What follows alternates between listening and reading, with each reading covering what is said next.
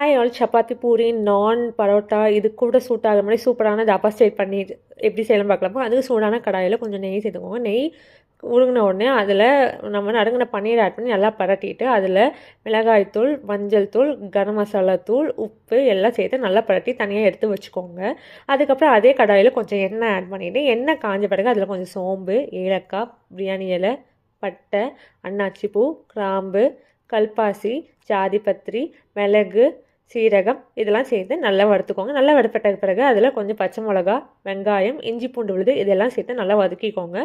அதுக்கப்புறம் கொஞ்சம் capsicum add பண்ணிவிட்டு மஞ்சத்தூள், மல்லித்தூள், மிளகாய்த்தூள், கரம் மசாலா தூள், கறி மசாலா தூள், உப்பு இதெல்லாம் சேர்த்து நல்லா கலந்துட்டு கொஞ்சம் தண்ணி சேர்த்துக்கோங்க. மசாலாலாம் கொஞ்சம் மிக்ஸ் ஆகட்டும்.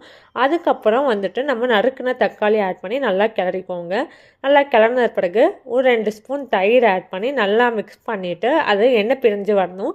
எண்ணெய் பிரிஞ்சு வரும்போது அதில் நம்ம வறுத்த பன்னீர் இருக்குல்ல அதை ஆட் பண்ணி கொத்தமல்லி தூவி நல்லா கிளறி தண்ணி ஊற்றி அந்த மசாலா எல்லாம் பன்னீரோட மிக்ஸ் ஆகும்போது அந்தளவுக்கு எடுத்துக்கோங்க. அதுக்கப்புறம் கடைசியாக கஸ்தூரி மேத்தி தூவி இறக்குனீங்கன்னா சூப்பரான பன்னீர் கேப்சிகம் கறி ரெடி. இந்த மாதிரி ஈஸியான டேஸ்டான ரெசிபி மறக்காமல் ஃபாலோ பண்ணுங்கள். தேங்க்யூ ஃபார் வாட்சிங்.